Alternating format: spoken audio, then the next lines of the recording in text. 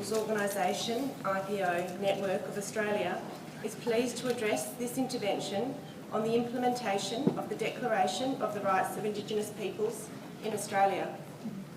Australia indicated its support for the Declaration in April 2009.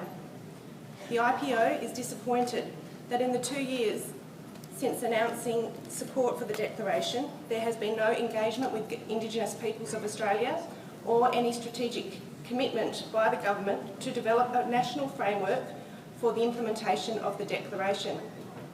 In fact, the government has advised the IPO that there is currently no national implementation strategy in place or in development for the Declaration within Australia. This concern was shared by other states in Australia's recent Universal Periodic Review, where Bolivia, Ghana, Hungary, Denmark and Guatemala all specifically recommended the government develop a framework for the implementation of the Declaration. The government took these recommendations on notice and indicated that they would respond in June this year.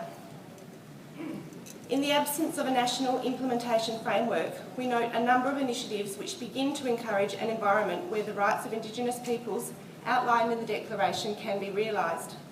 For example, we support the development of an Indigenous representative body, the National Congress of Australia's First Peoples, and hope it will provide a positive interface between Aboriginal and Torres Strait Islander peoples and the government.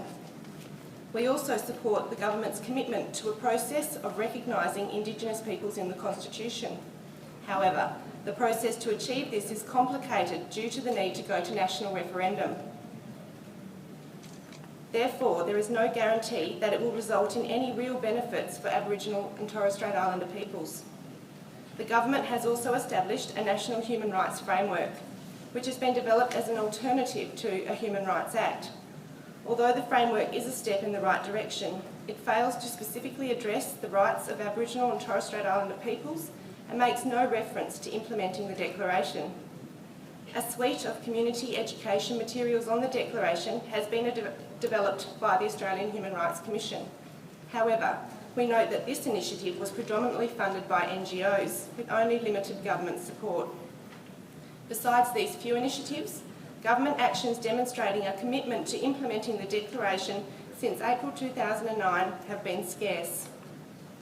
Despite the inaction of the Australian government to implement the Declaration, civil society, and in particular Aboriginal and Torres Strait Islander organisations, continue to push for the implementation of the Declaration and are eager to commence a process with government to achieve this.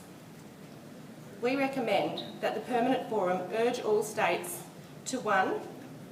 Develop a framework which includes monitoring and evaluation for the implementation of the Declaration and report annually as to the progress of such implementation in consultation and partnership with Indigenous organisations, communities, individuals and the Special Rapporteur on the Rights of Indigenous Peoples. 2. Incorporate the Declaration into national human rights action plans. 3. Implement the Declaration through national legislation. 4. Adopt a whole-of-government approach to implementing the Declaration, which includes assessing the application of articles individually to underpin relevant policies, guidelines and legislation. And 5.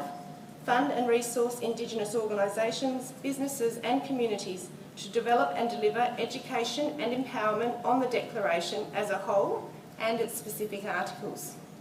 Thank you, Madam Chair.